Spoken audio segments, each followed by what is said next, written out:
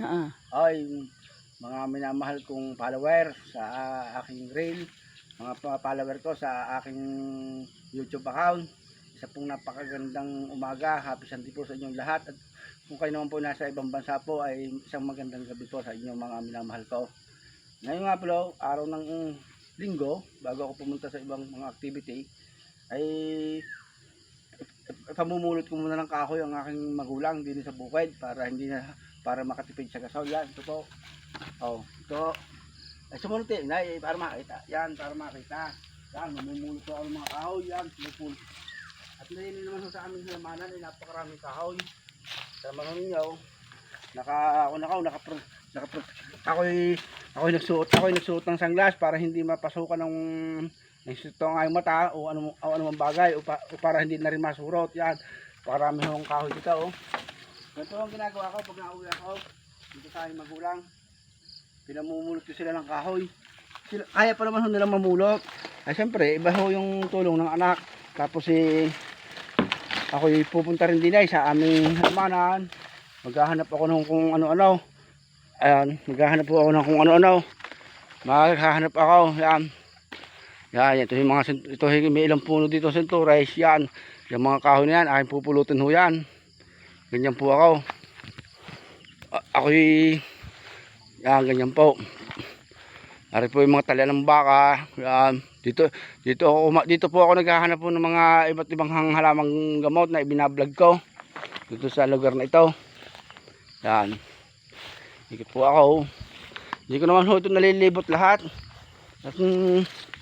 At medyo maluang-luang din eh. hanggang diyan lang ho ako. Yan ho mga pinagkukuhanan ko ng mga halamang gamot sa mga palibot lamang ng bahay. Ito naman ho sa sumisibol na eh. Yan, papunta ako dito sa mga halamanan diyan. Basta pag ako'y nauwi dito, yan, hinahanap po yan.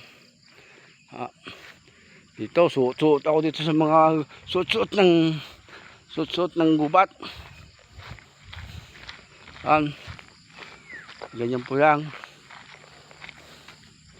Punta ako doon. Pupunta ako. Yan.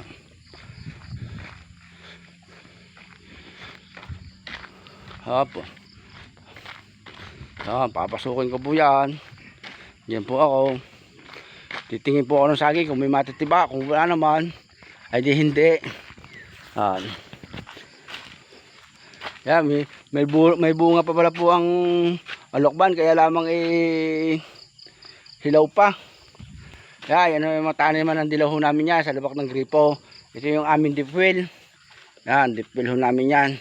Yan kami nag-i-stock ng tubig para sa mga hayop, sa mga baka, baboy, kabayo. Yan. At titingin ho ako, sabi ko nga sa inyo, titingin ako ng saging, kung may makukuha ng saging. Kung wala naman, wala. Yan. Iba't ibang uri ng halaman ho yan dito. Palabak na yan. Hindi ko na mapupuntan. Ayan, ariho yung aming kabayo. Ari sa kain ng tatay dahil ng tatay mahilig mga bayaw. Matandaan na itong kabayong ito. Siguro nasa mahigit na 10 taon. Kaya nakakaawa na rin ho. Hindi na makargahan ng mabigat. Dati ho ito yung pagtagprutas. Kinakargahan niya ng mabigat. Ito yung amin aso namin si Bruno. Pag natong tunog yung andar ng motor ko, nakaw salubong na ho yan. Ito ho ay dating tubigan namin yan. Nung malalakas pa ang aming magulang. Ngayon hindi na sila makapagtubig. Wala naman hong anak na nagmana. Yan. Ay pastulan na lamang ho ng hayop. Yan po. Maghahanap ako mamaya dito ng kung ano makita kong mga gulayin sa paligid na yan.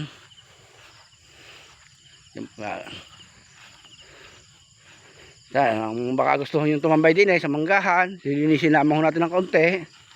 Ayan ho yan naman ho pag nalinis ho ay napakagandang tingnan. Wala nga lamang nag-iintinding anak. At may kanya-kanya ho kaming hanap buhay. Katulad ko, ako may palayas. Yun yung mga istaka ng tubig namin sa mga baka. Ngayon ho din wala. Sa lugar na rin, wala kaming baka din dinala muna doon sa ibang parte. So, no. Yan, lubak na yan. Tapos dito, ano, hindi ko na sinusuot lahat. At masyadong mga pinagkainan ng baka, mga lifter.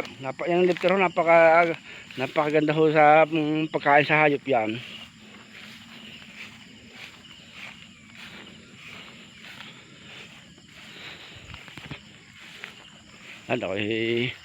Ako muna maghahanap ng gulayin. Napakaganda ho nito. Yan po. Yan, labak na yung taniman namin ng lifter, pampakain sa baka, sa kabayo. Kinukumpay ho yun. Hindi ko na ho pupuntahan yun, layo pa ho eh. Sige ho, ingat ho kayo, bye bye.